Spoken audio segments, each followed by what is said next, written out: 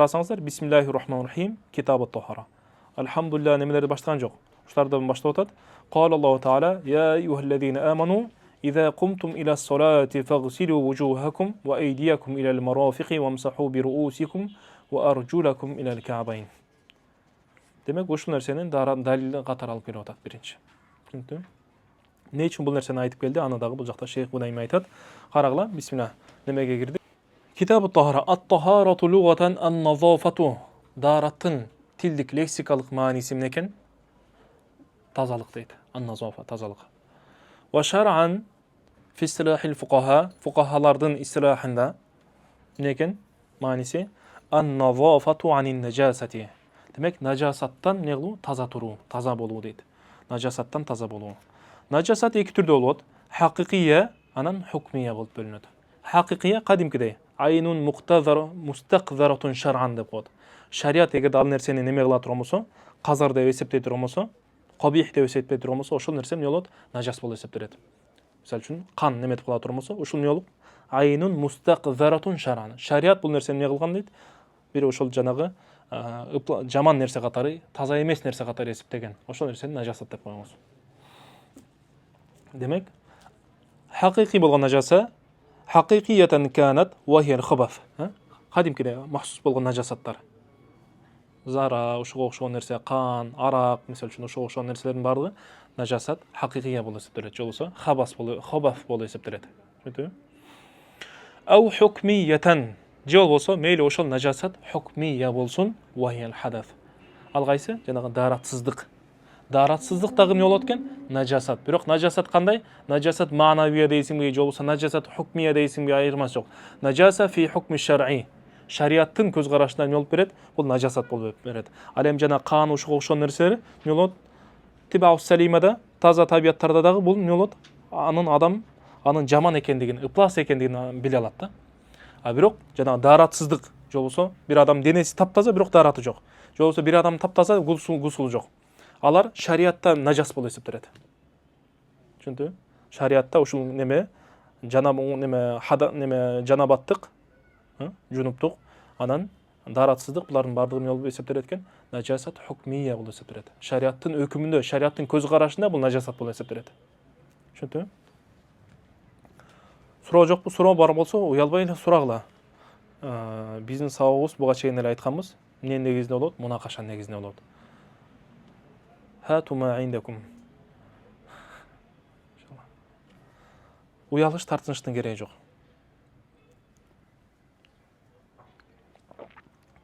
Демек, түшүнүктүү окшойт. Демек, najasat эки түрдө болот, хакыйкий, анан хукмия болот дедик. Ва танқасиму бил'атибари thani ila al-kubra ва ila as-sughra. Анан бул ошол неме? Танқасимунун фаили кайсы болуп калат бул жерде? Алдын ала окуп келдиңер да, иншалла. Конокко келген жоксуңар да. Назафат. Аллах яфтах алейк. Бил'атибари thani деген кайсы? Жакшы, башталыш мындай, аягына чейин дагы бир аз керек. Бирок башы бар. Ким айтат кана?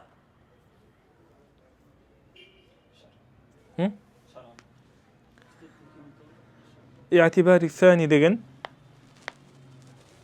ал шаранды болду, лугавий калып кетти. Биз өзү шаранда жүрөбүз өзү тактыра. Шаранда эки i'тибар болду. Бир i'тибарына мындай, экинчи i'тибарына мындай болду дедик.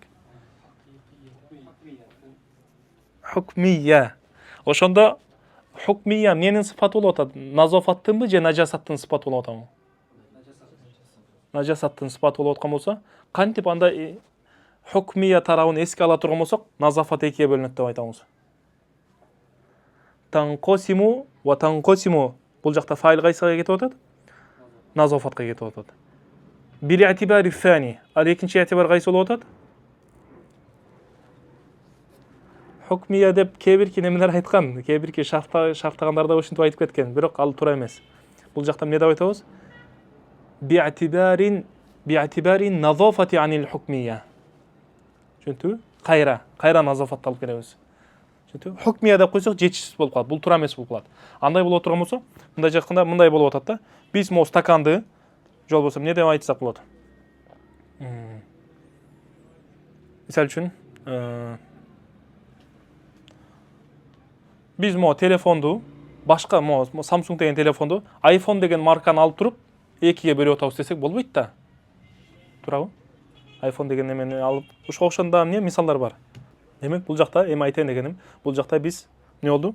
Назофат нажасатты экиге бөлдүк, анан назофатты дагы экиге бөлдүк. Түшүндүңбү? Назофат кээде неден болот экен? Нажасат бизде экөө болду, карагыла. Хакыйкия, анан хукмия.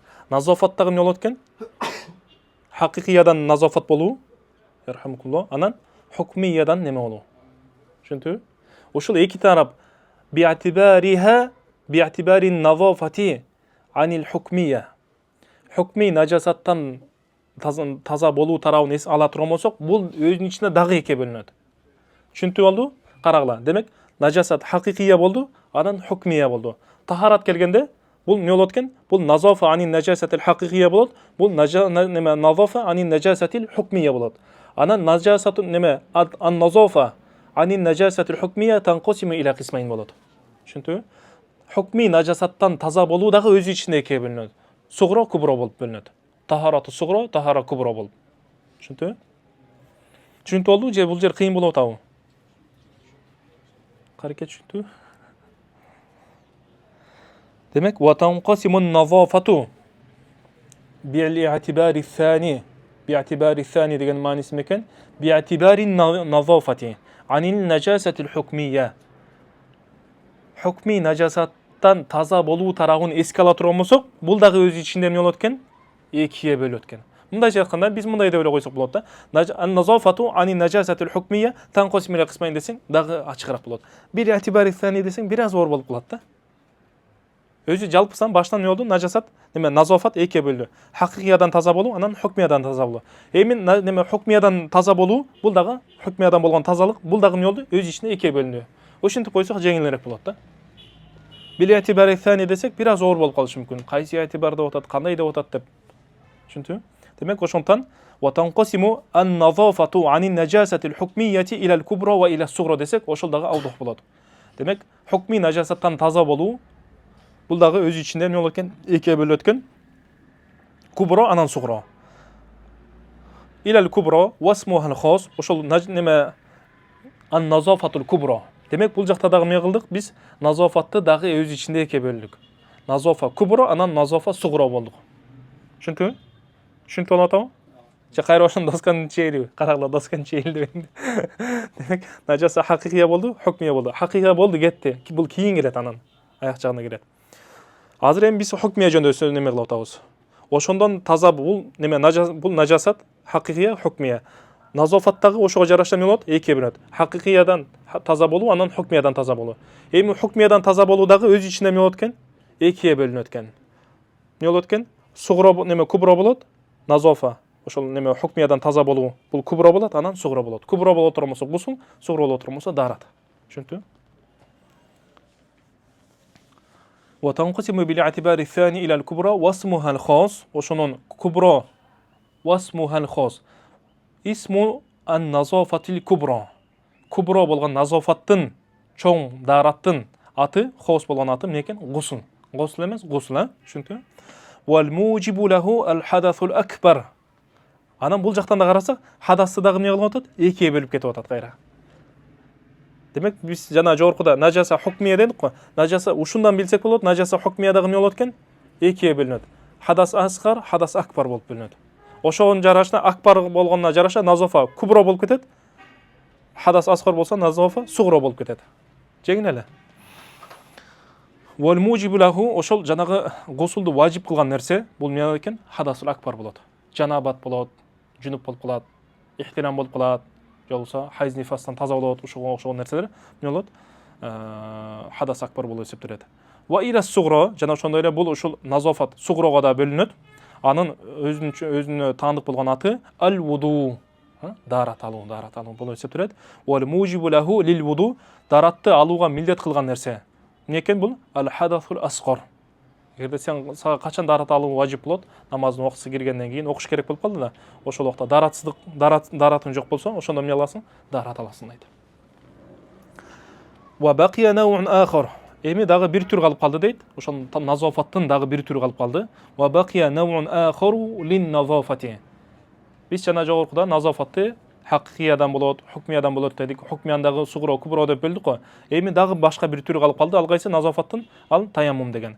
Ва хува таяммуму фа иннаху тахаратун hukmiyatun. Бул таяммумдагы бул дарат болуп эсептелет. Тахарат болуп эсептелет, бирок хакыйкый болбойт. Не болот? Hukmiyya болот деп атат.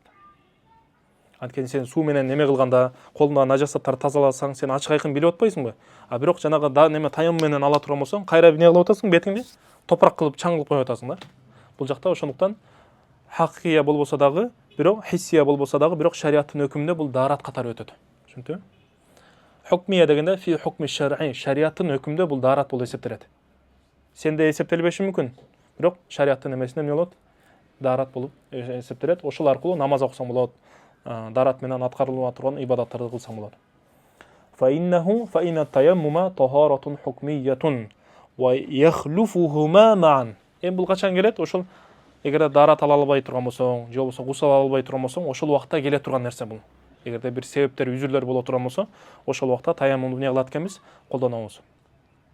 Yakhlufuhuma ma'an деп атат. Бул кандай? Мисалы үчүн бир адамда дараты да жок, гусулу да жок. Ошол учурда эмне кылат? Таяммум алып коет. Экөөнү тең басып кетет. Түшүндүңбү? Бир адам турса, ихтирам болуп калыптыр. Анан дараты да жок. Чыкчы нерсе чыгып кетти, анан эмне болду? Бул таяммум алып койсо, экөөнү тең өтүп кете берет. Түшүндүңбү?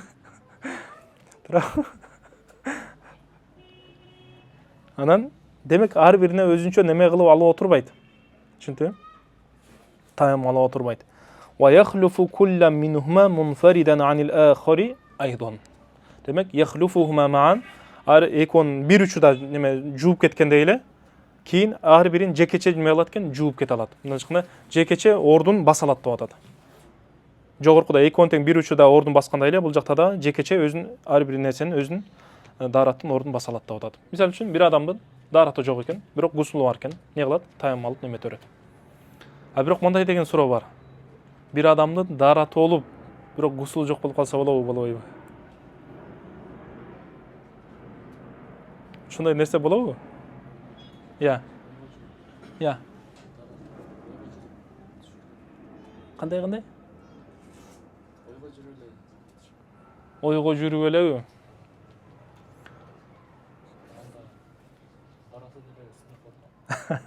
Башка айтып атпаймынбы? Ушул жерде бир аз неме, мен анча-мынча шейхтердин немесинде карагам. Кээ бир шейхтер мындай деп мисал алып келиптир, мисалы үчүн.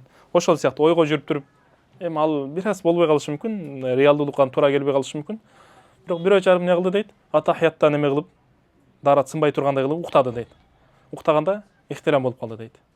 Бирок ихтирам болгон, ошондон эмне дейт? Ал шейхтин айтышы боюнча, ихтирам болгондон кийин дарат сынды да, неме, дараты сынган жок, бирок гусулу сынды деп атат да. Бирок ал жерде ихтирам болгондон кийин баары бир чыкчы нерсе чыгып кетет да ал жерде. Түшүндүңбү? Ошондуктан Аллаху алам, балким ошондой болуп калышы мүмкүн. Эгер болуп калса, анда эмне болот? Дарат неме гусулдун ордунан таяммум алат, бирок дараты бар болгон болот да. Бирок Аллаху алам андай. Ошондуктан бул жерде ибарада Аллаху алам. Негизи яхлуфухма деп эле койсо, жетиштүү болот эле, өзүбүз мындай ажыратып билип алат элек да. Түшүндүңбү? Эгер билсеңер, ушуга окшогон ушунун мисалын билсеңер, айтып койгула. Билип алышыбыз мүмкүн. Бирок жанагы алып келген мисал, мисалы үчүн кээ бир шейхтердин айткан мисалы, ал жарабайт да ал жерде. Отуруп билесет, ихтирам болуп кала турган болсо, мейли дараты сынбадың десең, бирок ихтирам болгондон кийин, ихтирам гусулду важип кыла турган нерсе хуруджул мани болуп атат да. Бул белден эле үзүлүп неметкен эмес да. Демек, мани чыга турган болсо, ордунан чыга турган болсо, ошол убакта эмне болот? Гусул важип болот.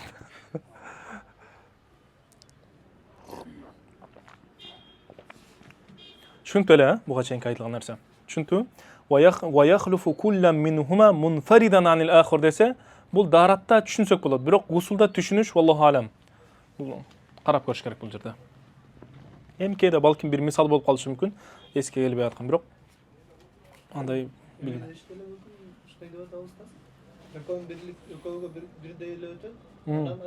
Отдельно дагы өтөт деди. Отдельно өткөндө, мисалы үчүн даратка отдельно өткөндөн билип атабыз. Бир адамдын гусулу бар. Анан эмне болду?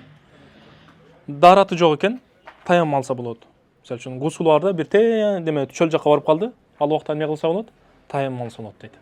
Бирок бир адамдын дараты болуп, гусулу жок болуп калса, деген нерсени эмете албай атабыз да. Misal keladi. İlk koylu Xitaydan bo'lganda lam yanzil bo'lsa da bir gusulsmatda. Бирок илти койлу Кытайдан болгондо деле баары ал жакта өзү неме мави деген нерсе бар. Ал чыгып кетет да. Жакшы мындай иштихат, жакшы мындай неме кылган. Бирок семейныйлар айтса жакшы болмок экен дейм. Тамаша. Бул немеде? Ошон үчүн бизде жанагы илти койлу Кытайдан бери жакта турсун. Бизде жанагы мубашаратул фахиша деген бар го. Билесиңерби? Мубашаратул фахиша деген ким билет? Мубашаратул фахиша деген эки отең неме боло турган болсо, денеси мындай бири-бирине тийип, ошентип ойноп бир аз неме тете турган болсо, ошол дагы эмне кылат дейт, даратты бузат дейт. Эмне үчүн болбосо өзү негизи ал даратты бузбайт. Бирок эмне үчүн неме кылат? Анткени ошондой болгон учурда голибан өзү эмне болот?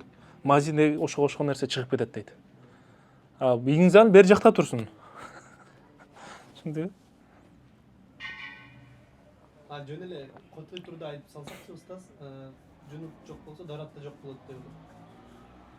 Бирок ушунда алымдар ушинтип айтып атса карап көрүш керек. Айтып атпайм, ошон үчүн изилдеп карап көрүш керек. Бирок кээ бирки ушул китептен бир нече жылдан бери сабак берген шейхтердин эмесине өтүп карап көрсөм, кээ биркилер марро мурурал киром да, акырын жакшы өтүп кетти бул жерден. Кээ биркилер жанантип айтты, бирок мисалын жанантип айтты. Анан мен эмете албадым да, билбейм. Ошолчо бул мен азыркы айтып турган нерселер ошондой болушу мүмкүн. Эмне болушу мүмкүн? Мисалы үчүн бир адам хайыз учурунда аял неме кыла турган болсо, барып дарат ала турган болсо, бирок дарат өттү деп этибарга алынбайт да бул. Ошон кыскасы мейли, мен ошондой нерсе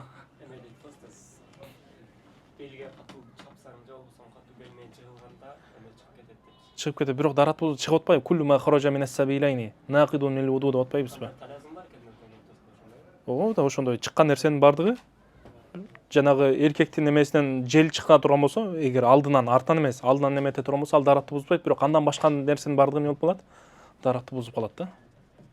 Куллу ма хаража минас сабилайни деп келет го. Мейли, бир мисалда ал-вуқуфу индал мисал лейса мин дабир rijal. Кыскасы түшүнүктүү эле, пикир бул жактан эме түшүнүктүү эле. Эгер неме эте турган болсо, бирөө жарымда мисал болсо, алып келсин, тактап.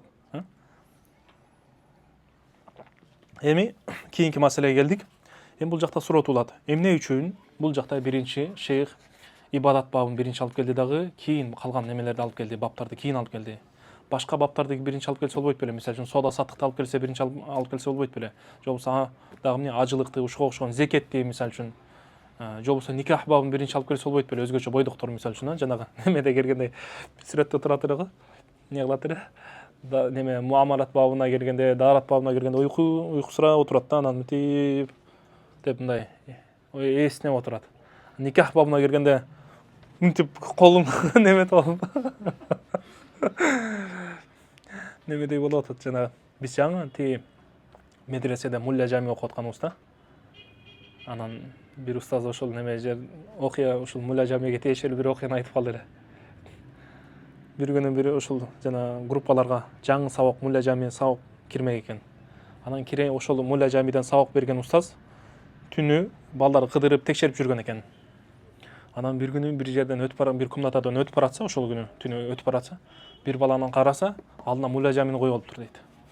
Анан мулла жамини мынтип карап туруптур да, мындай акырын байкатпайм. Эмне кылат болду экен десе, мынтип отуруп өзүнчө мынтип коюп атат дейт да, мынтип белгилеп туруп мынтип коюп атат дейт. Аны субханалла. Бул мен эртең сабакка келгенде менин итим чыгарбаса болду, мен мындай айыбым чыгарып ит кылбаса болду деп түнү менен барып байкуш хашиялардан тияктан бияктан окуп даярданып чыгат экен да. Анан эртеси күнү келгенде кана китепти ибараны окучу дейт экен. Десе, эмне деп окуйт эле? Алхамду ли валийихи вассалату аля набийихи деп башталат да хутба. Десе, алхамду лаулихи деп баштайт экен да. Десе, отурчу дейт. Түнү менен мен даярданып чыксам дейт экен да. Ошол сыңары эмне? Жанагыга окшошуп кетти да эми. Эми бул жакта ошого жооп берип атат. Вакуддиматул ибадату аля гойриха. Ибадат бабы башка баптан караганда биринчи айтылды. Эмне үчүн десе, ихтимаман биха. Анткени ибадаттын орду ушунчалык чоң болгондуктан ага жакшы көңүл буруш керек дейт.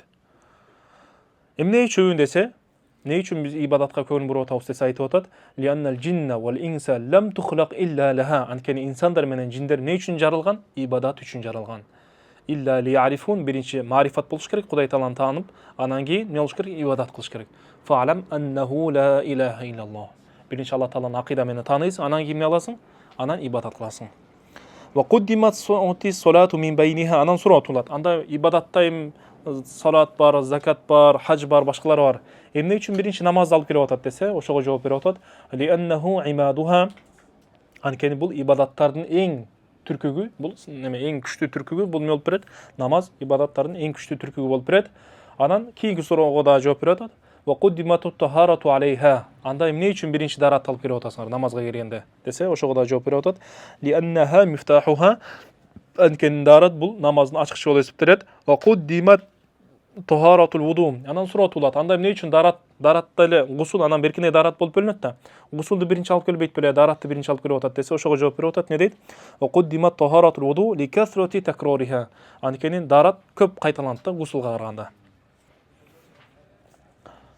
قال الله تعالى يا أيها الذين آمنوا إذا قمتم إلى الصلاة فاغسلوا وجوهكم وأيديكم إلى المرافق وامسحوا برؤوسكم وأرجلكم إلى الكعبين. Demek o imandular, Allah Taala aytып атат, o imandular, намазга турууну каалай турган болсоңор, намазга тураардан алдын эмне кылышыңар керек дейт? Фагсилу вужухакум, бетиңерди, ва айдиякум, колуңарды тeenеме чыканакка чейин, чыканакты кошуп, анан башыңарга мас тартып, анан бутуңарды эки кызылашка чейин жуугуңар деп атат. Ханафилерде ушул төртөө гана парз болуп эсептелет. Калгандары сүннөт же болбосо мустахаб болуп эсептелет. Түшүндүңбү? افتتح رحمه الله تعالى بكتابه بآية من القرآن على وجه البرهان. Эми бул жакта суроо туулат. Эмне үчүн Имам Кудури китебинин башында бисмилладан кийин баштап эле ушул аят менен баштап атат десе, ошого жооп берип атат. Курандын аяты менен баштап атат. Эмне үчүн? Ала вajhil бурхан, далил катары алып келип атат. Ифтатаха рахималлаху таала, уш Имам Кудури китебин неме Кудури деген китебин башында аят менен баштап атат. Аятты далил катары колдонуп баштап атат. Не себептен десе, истинзалан ли баракатихи ва таяммунан би тилаватихи. Түшүндүңбү? Бул жакта ифтатаха истинзалан. Ифтатаха бидалика истинзалан. Ушул эмне болуп атат? Мафул ли ажлихи болуп атат. Себеби ушул болуп атат. Эмне үчүн ушинтип ифтатах кылсын десе, мындай себептен деп атат. Бирок ифтитах бул Куран менен аят менен ифтитах кылгандыгы эмне үчүн, кандай максатта болуп атат? Далил катары колдонуп атат.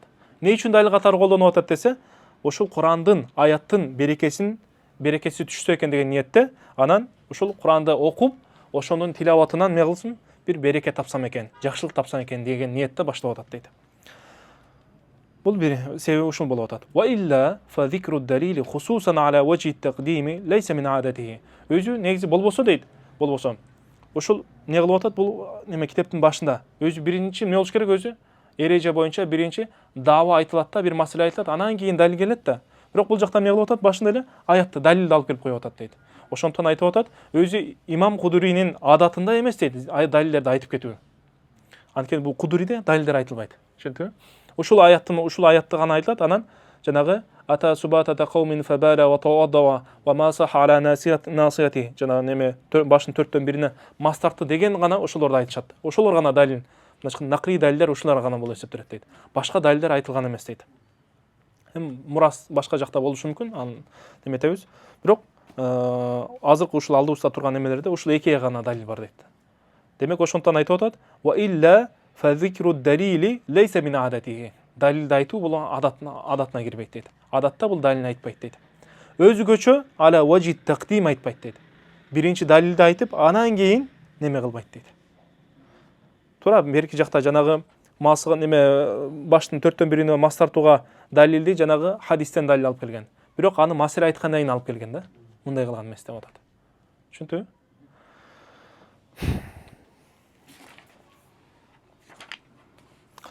Fardu taharati ghusl al-a'da'i thalathati. Эми дараттын парызына келе турган болсок, дарат кайсыл тахара бул кайсы? Тахаранын кайсысына кирет? Суграсына кирет, тахара сугра. Fardu taharati сугра. Сугра болгон дараттын парызы эмне экен? Ghusl al-a'da'i thalatha. 3 мүчөнү жуу. Yani al-wajha wal-yadayni wal-rijlayni. Demek koldu, betti, iki buttu жууш керек дейт. وسماها ثلاثة وهي خمسة. Эми бул мүчөлөрдү алып карай турган болсок, эки бут, эки кол, бет болгондо 5 болуп атат да. Бирок 5 болсо да эмне үчүн 3 деп атап атат десе, айтат: لأن اليدين ورجلين جعلا في الحكم بمنزلة عضوين дейт. Кама фил аятим. Анткени бул эки кол, бул бир мүчө сыяктуу болуп калды дейт. Эки бут, бул бир мүчө сыяктуу болуп калды дейт. Аятта дагы ошол нерсе айтылган дейт. Фагсилу вужухакум деп эле айтылган дейт бул жакта. Сиздер жалпы колуңарды жуугула деп койду. Бетиңерди жуугула. Ва айдиякум дегенде сиздер жалпы көпчүлүккө болуп атат.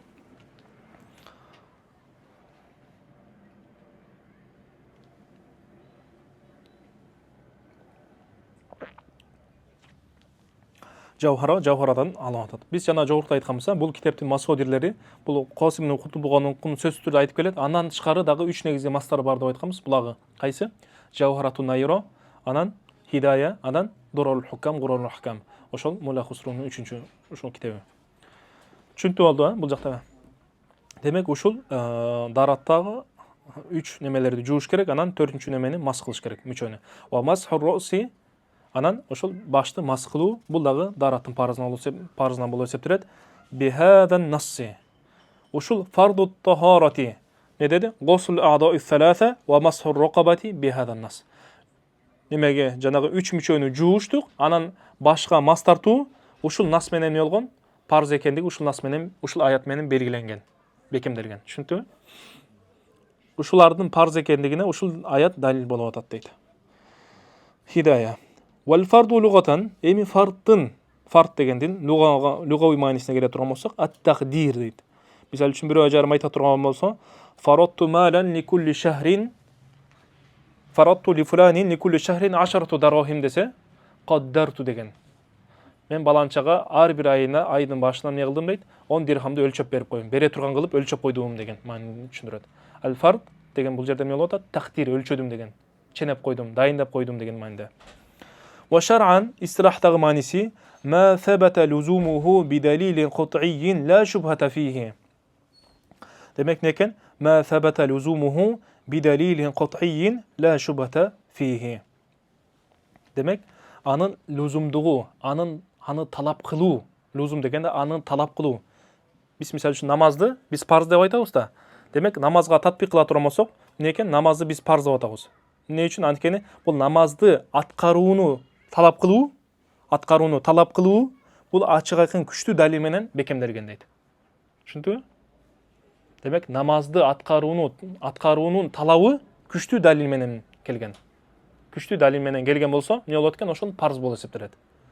Демек, талап, лузум дегенде бул жакта эмне болот атат? Талап, эгерде күчтүү далил менен келе турган болсо, кат'ий болгон далили. Ла шубхата фихи, эч кандай анда шубхат жок. Бул жакта кат'ий субут, кат'ий далала болуп атат. Түшүнүктүбү? Субуту Куранда келген болуш керек. Анан кийин эмне болуш керек болуп атат? Далаласы дагы ачык айкын болуш керек. Мааниси дагы ачык айкын түшүнүктүү болуш керек, бүдөмүк болуш керек. Ошондо эмне болот экен? Бул парыз болуп эсептелет. Мисалы үчүн кандай десе, буга мисал алып келип атат. Ка аслил гусли вал масхи фи а'да'ил вуду дейт. Субханаллах. Өтө бул жерде айткан сөзү, ка асли деп айткан сөзү өтө маанилүү. Азыр эмне үчүн маанилүү экендигин айтабыз. Ошол мунун парызга мисалы кандай десе, жанагы 3 мүчөнү жууш керек, анан башка мас тартыш керек деп айттык го. Ошол негизи мас тартуунун өзү бул парыз болуп эсептелет. Бирок өлчөмдөрүндө хилаф бар. Өлчөмдөрү, мисалы үчүн калган өлчөмдөрүндө хилаф бар болгондуктан аны кат'ий деп айта албайбыз дейт. Өлчөмдөрү, мисалы үчүн баштын кайсы жагына тартыш керек, бул жагына же бул жагына тартыш керекпи дегенде бизде ачык айкын неме келген эмес деп атат да. Түшүнүктүбү? Жол болсо жанагы немеде болсо ва айдиякум илал марафиq деген, мирфак деген нерсе. Бул неме, бул чыканакты жуабызбы, кошуп жуабызбы же жубайбызбы дегенде. Имам Зуфардын хилафы бар. Халил гоя тадхулу фил мугайя. Гоя деген нерсе бар. Анан ошо халил мугайя ядхулу фил гоя. Мугайя. Мо неме айтылган нерсе өкүм бул гоят. Илал марафиq деп айтып атпайбы? Ва айдиякум игсилу айдиякум. Колуңарды жуугула деп атат. Жуугула деген колду жууштук, бул мугайя болуп эсептелет. Каяка чейин деп атат? Илал марафиq. Мирфакка чейин, чыканакка чейин деп атат. Эми ушул жерде хилаф бар. Ушул могу жууштук, могу чыканактагы мунун өкүмүнө киреби же кирбейби деген маселе бар. Десе имам Зуфар не деп айтат? Кирбейт деп айтат. Мисалы кандай десе, жанагы сумма атимму сияма ила лейл. Орозону түнгө чейин немегиле десе, түн орозго махал болуп эсептелбейт. Түнү орозо кармасаң бул дурус эмес. Шам автоматтык түрдө жанагы күн баткандан кийин оозду ачыш керек болуп калат. Түшүндүңбү? Ал жактан өтүп кармасаң бул болбойт. Ошол сыяктуу деп айтат. Мисалы үчүн ошол жерде эмне болуп атат? Хилаф болуп атат. Ошол жерде жууштук бул парз деп котийин ла шубхата фихи деп айта албайсың бул жерде. Бул жакта шубхат бар. Бирок монун өзү негизи колду жууштук өзү эмне парзбы, парз эмеспи десе парз деп атат. Бетти жууштук парзбы, каяка чейин? Мияка чейин эле же болбосо могу неме сакалдан кийинки нерсе биякта киреби, кирбейби деген нерсе ал жакта хилафи. Түшүндүңбү? Баштыкка мас тартыш керек. Бул парз. Бирок кайсы жерден тартыш керек? Канча өлчөм тартыш керек? Бир аз эле тартып койсоң болобу? Же болбосо баштын көбүн тартышкың керекпи? Дегенде хилаф бар. Ошондуктан эмне деп атат? Бул парз деген нерсе кандай болуп атат? Парз дегенде кайсы болуп атат? Ка асли ал-гусли вал-масхи фи а'да'ил вуду. Асыл гос. Негизи госулдун өзү, ошол жана айтылган мүчөлөрдүн өзүн жууштук. Бирок кайсы жууштук өзү парз. Бирок кайсы жерде жууштук ал парз эмес деп атат. Түшүндүңбү? Ал жерде хилаф бар болуп атат. Анткени ал жакта шубхат бар болуп атат. А бирок бул жакта өзүн жууштукта хилаф жок. Мүчөлөрдүн өзүн жууштугу. Баштын өзүнө мас тартууда хилаф жок. Бирок кайсы жакка тартыш керек? Хилаф бар. Фи шубха болуп атат да. Түшүнүп болду? Түшүнүп болду? Ка аслил гусли вал масхи фи а'да'ил вуду деген бул зарыл. Ва хуал фарду илман ва амалан. Эми бул не деп атат? Ва хуал фарду илман ва амалан. Биз бул жакта фардга неме тариф бердик го. Ма сабата лузумуху би далилин кут'ин ла шубхата фихи. Демек далил кут'и болуш керек. Кут'и субут, кут'и далала, анан шубхат жок болуш керек. Деген бул парз болуп эсептелет. Ошуга дагы мындай деп айтылат дейт. Фард илми ва амали деп аталат дейт. Ушунун дагы бир аты фард илми ва амали. Түшүндүңбү? Бир учурдагы илми да болот, анан амали да болот. Өз негизи фард илми деп койсоң, амали дегенде өзү истилзам кылат. Эгерде бир нерсени фард илми деп айттыңбы, илми деген якинан сабит болгон деген да. Якинан далил менен сабит болгон. А эгерде якинан далил менен сабит болгон болсо, бул сөзсүз түрдө бизден эмнени талап кылат? Якинан важип түрдө амал кылган милдетти, амалды бизге милдет кылат. Түшүндүңбү? Ва милдеттүү түрдө амалды аткарууну бизден талап кылат. Эгерде далил кут'и субут, кут'и субут дегенде кандай? Мутаватир жол менен, машхур жол менен келе турган болсо. Жол болсо Куранда айтары, Куранда акимус сала дегенде. Кут'и субут анткени Куран бизге мутаватир жол менен келген. Анан кут'и далала болуп атат. Далаласы дагы ачык айкын болуп атат. Намазды тургузгула, намазды икома кылыш керек, окуш керек деп атат. Демек бул ачык айкын болуп атат. Намазды тургузуу ачык айкын. Бирок кайфияты кандай? Кайфиятында келип пайгамбар саллаллаху алейхи эмне кылып берип атат? Баяндап берип атат. Кайфияты мындай деп. Бирок намаз өзү аткарыш керекпи, милдетпи? Акимус сала ва ату зака. Закетти бериш керек. Бул өзү немеби? Милдеттүү түрдө, милдеттүү. Бирок милдетти пайгамбар саллаллаху алейхи келип эмне кылып берип атат? Баяндап берип атат. Түшүндүңбү? Эми бул жерде эмне деп атат? Ушул фард илми деп койсоң, бул амалиди дагы өзү истилзам кылат. Илми десең, сөз түрдө ал эмне болуш керек экен? Парз амали болуш керек экен. Бирок эгерде бир парзды амали десең, ал сөз түрдө илми дегенди түшүндүрбөйт. Түшүндүңбү? Демек, эгерде парз илми болсо, ал сөз түрдө амали болот экен. Эгерде бир парзды амали десек, ал сөз түрдө илми болушу шарт эмес. Кээде илми да болуп калышы мүмкүн, илми болбой калышы мүмкүн. Азыр бул жакта мисалын айтып беребиз. Ва хуал фарду илман ва амалан. Азыркы бидалилин кут'ийин ла шубхата фихи деген дагы бир аты эмне экен? Ал фарду илми вал амали деп так аталат экен бул. Илми дегенин мааниси кандай? Илми деген юфтароду i'tiqaduhu дегени. Ачык айкын далил менен эме кылган, сабит болгон, кут'ий субут, кут'ий далала, анан ага i'tiqad кылыш сага парз экендигин i'tiqad кылыш сага милдет болот. Парз экендигин.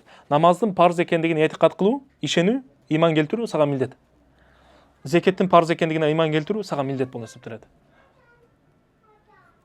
Түшүндүңбү? Ошондуктан биз жанагы айтабыз го, ислам шариатынын өкүмдөрү канча бөлүнөт? Ислам шариаты өкүмдөр канча бөлүнөт? Ислам дини деп кой. Ислам дини канча бөлүнөт? Ахкамдар канча ислам дининде жалпы? 3кө бөлүнөт. Кандай? Амали биринчи. Etiqodi, amali, anan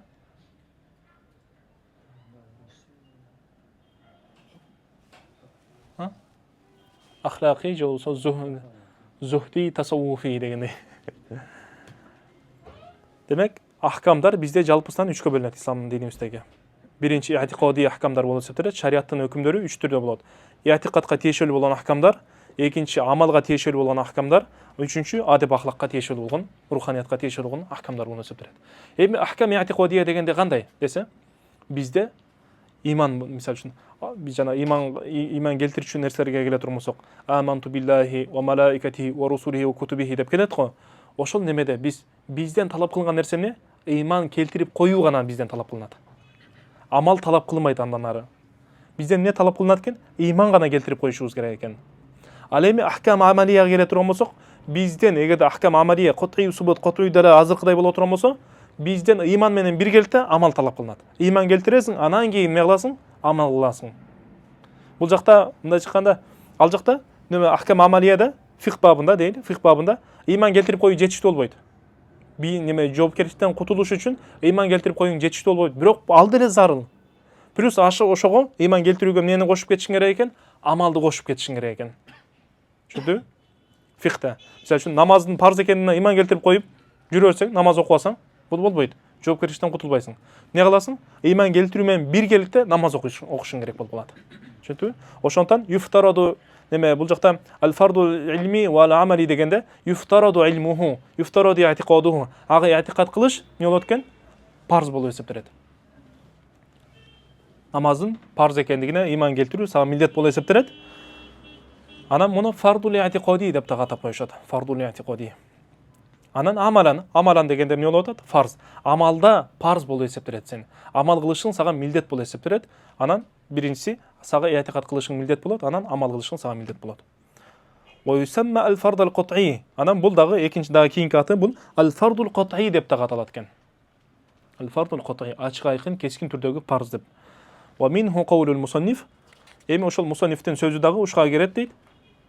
Аль-фардул кат'i дегенге мисал кайсы десе, ошол мусаннифтин бул жакта айткан сөзү фа фарду тахарати тасл а'да'i саласати ва масхур рас.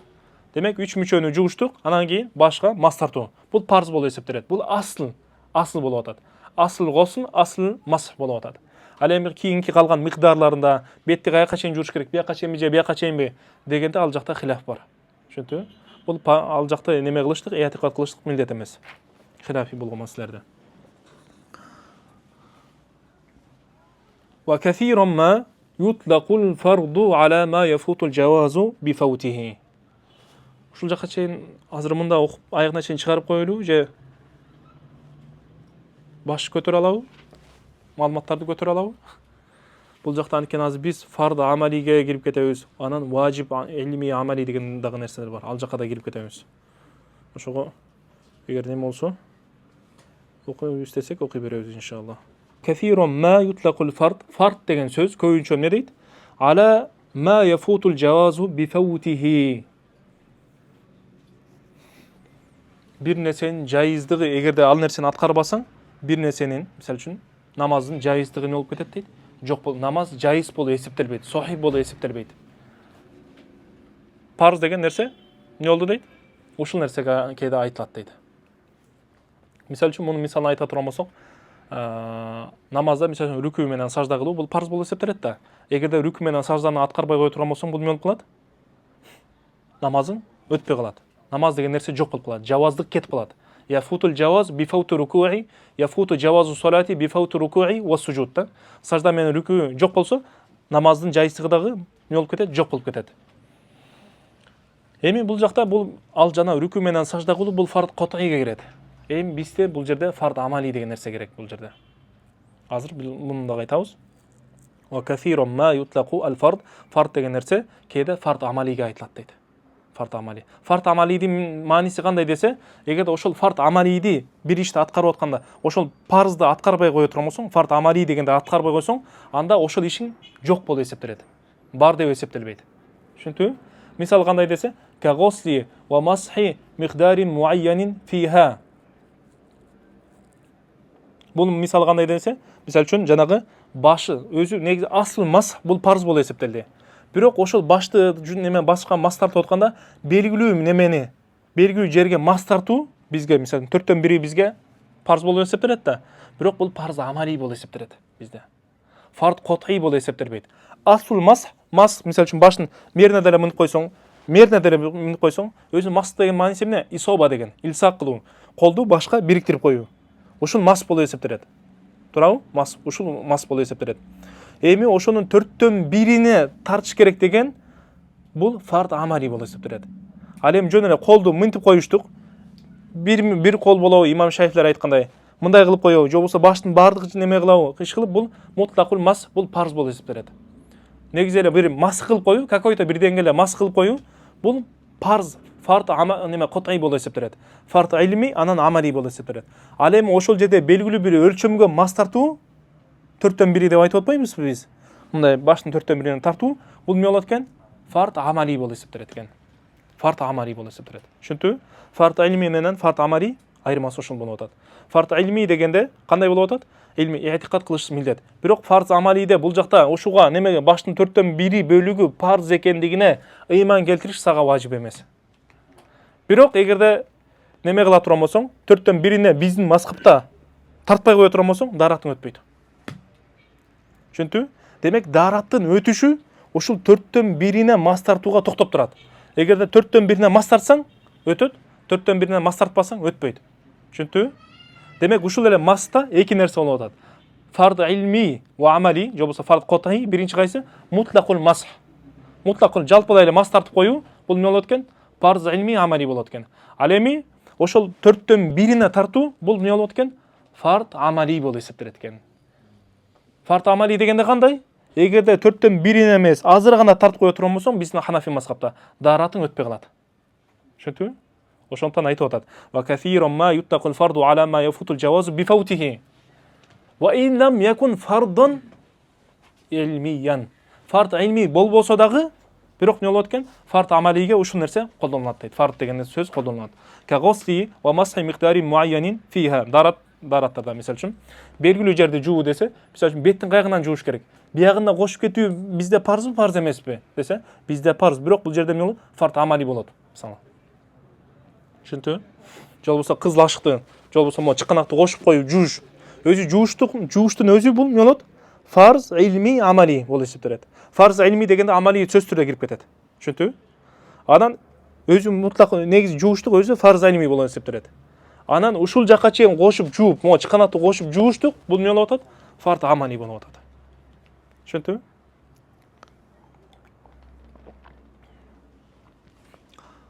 Ва юсамма, мунун дагы бир аты эмне экен? Ва хуал фарду амалан ла илман. Демек амалда парз сыяктуу амал кылат. Демек эгерде парзды аткарбай койсоң, ошол нерсе неме өтпөй калат да. Ошол сыңары эгерде жанагындай белгилүү жерге мас тартпай кое турган болсоң, анда масыңдагы эмне болот? Өтпөй калат. Түшүнтүбү? Демек амалга келгенде парздын өкүмүн алып атат. Бирок иатикадка келгенде тиги парздын өкүмүн алган жок. Түшүнтүбү? Ва юсамма аль-фард фардул ижтихадия. Анан бунун дагы экинчи аты эмне экен? Фардул ижтихади деп дагы атап коет экен. Же болбосо фардул кот'ий эмес, фардул зонни деп дагы атап койсо болот. Ижтихади дегенде зонни деп дагы атап койсо болот. Мисалы үчүн бул жакта карагыла, шейх силерде жок да, мейли. Силерде шейх Саид Багдаштын эмеси жок. Мен бул жакта могу ким шейх немеден Ибн Абидинден неме кылып келип атам. Мындай деп айтып атат. Сумма иннал мужтахид, карагыла. Силерге группага жөнөтүп коюн,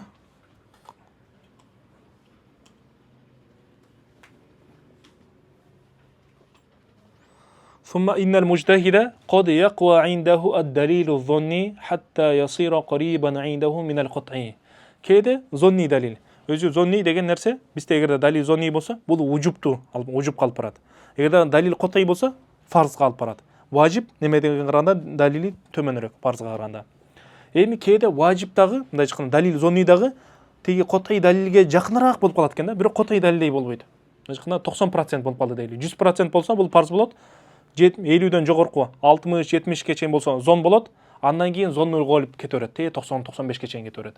95 барып калды дейли. 95%ке күчтүүлүгү барып кала турган болсо, ошол эмне болуп калат дейт? Зон кавий болуп калат. Голубу зон же болбосо зоннул кавий болуп калат. Анан ошол учурда, ошол далил эгерде бир өкүмдү испат кылып бере турган болсо, ошол далил аркылуу биз бир өкүмдү чыгара турган болсок, анда ошол өкүм эмне болот экен? Биз үчүн фарз амали болуп эсептелет экен. Фарз амали болуп эсептелет дейт.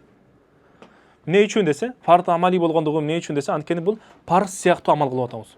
Аткарууда парз сыяктуу болуп атат бизге. Анан бул важип деп аталат, важип деп да аталат. Амал жака келе турган болсок, амал кылыш жака келе турган болсок, парз деп аталат. Парз амали деп аталат. Эми далил жагына келе турган болсок, далил зони болуп атат да. Ошол жагына келе турган болсок, важип деп аталат дейт. Түшүндүңбү?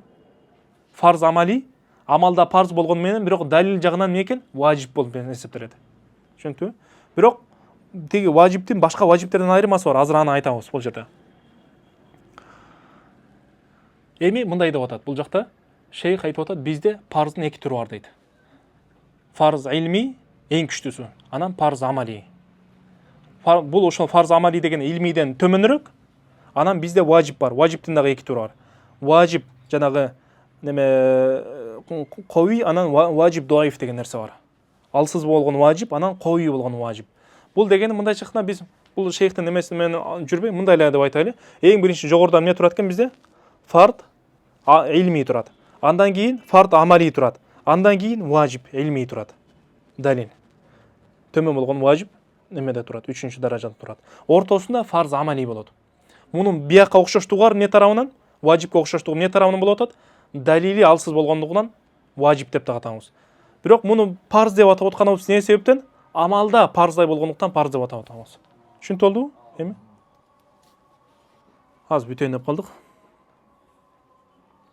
Демек ошондон айтып атат, фахуа бул фард амали аква науил важип. Важиптин эки түрү боло турган болсо, эң күчтүүсү ушул, күчтүүрөөгү ушул болот дейт.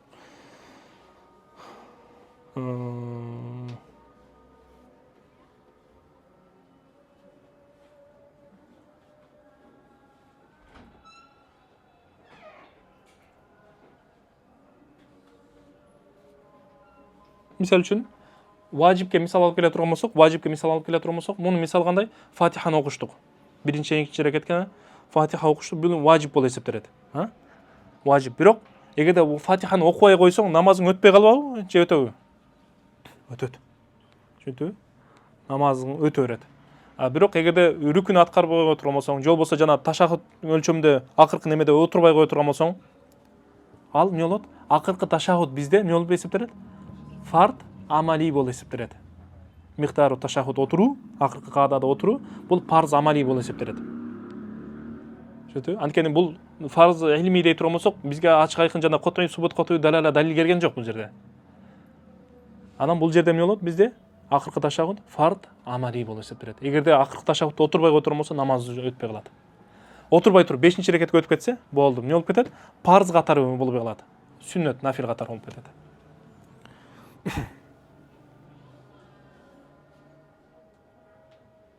Кысасы түшүнүктүү эле.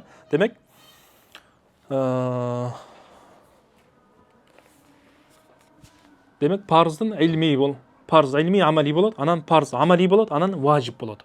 Важип эң төмөн даражасы. Мунун мисалы кандай? Фатиханы биринчи экинчи рекетте окуш керек деген. Бирок эгерде окуй кое турган болсоң, эмне болуп калат? Намазың өтө берет. Бирок күнөөкөр болосуң да. Бирок өтө берет да. Бирок фарз амалиди эгерде аткарбай кое турган болсоң, намазың өтпөй калат. Мисалы үчүн кандай? Ташаххудтун акыркы немесине отурбай кое турган болсоң, рекетинде. Акыркы отурушта отурбай кое турган болсоң. Мейли кеттик. Ва минху каулуху вал мафруду фи масхи раси миқдарун насияти. Эми фарз амалиге мисал барбы десе, бар дейт. Шейх Имам Кудури бул жакта айткан. Не деп айткан? Вал мафруду деп айткан. Вал фарду деп айткан жок. Бул жакта не деди? Вал мафруду амалан деген мааниде тактап айтканда. Демек, амалда парз кылынган нерсе кандай экен бизде? Башка мастартууда могул көкүлдүн өлчөмүнчөлүк. Көкүлдүн өлчөмү ошо баштын 4/1 бөлүгү деген да. Оробо рос деген. Баштын 4/1 бөлүгү эмне болот экен бизде? Парз амали болуп эсептелет, илми эмес. Бирок мастын өзүнүн асыл мас бул парз илми. Бирок миқдарун насия, же болбосо рубо рос бул эмне болот экен? Парз амали болуп эсептелет. Wa haddul wajhi эми беттин немесине келе турган болсок, кайсы жерлерди жууш керек десе айтат. Min mabda'i sathil jabhati ila asfali dhaqani tulan. Мынау бул жактан баштап, мына могу жабха, могу чекенин эң бийик немесинен баштап те немеге чейин, туурасынан ушундай алып караганда болуп атат да, мияка чейин. Ушул жакка чейин болот. Анан мына могу кулактын жумшактары барго, мерлери. Ушул мерден шахматайн узун деген. Ошол жерге чейин, мерлерге чейин жолосо мындайдан. Ушул жерге чейин жолот экен, туурасынан ушул жагына узунан мындай бизге парз болот экен жууштук. وما بين شحمتي الأذنين عرض جوز عرض والله أعلم بالصواب وإليه مرجع المآب.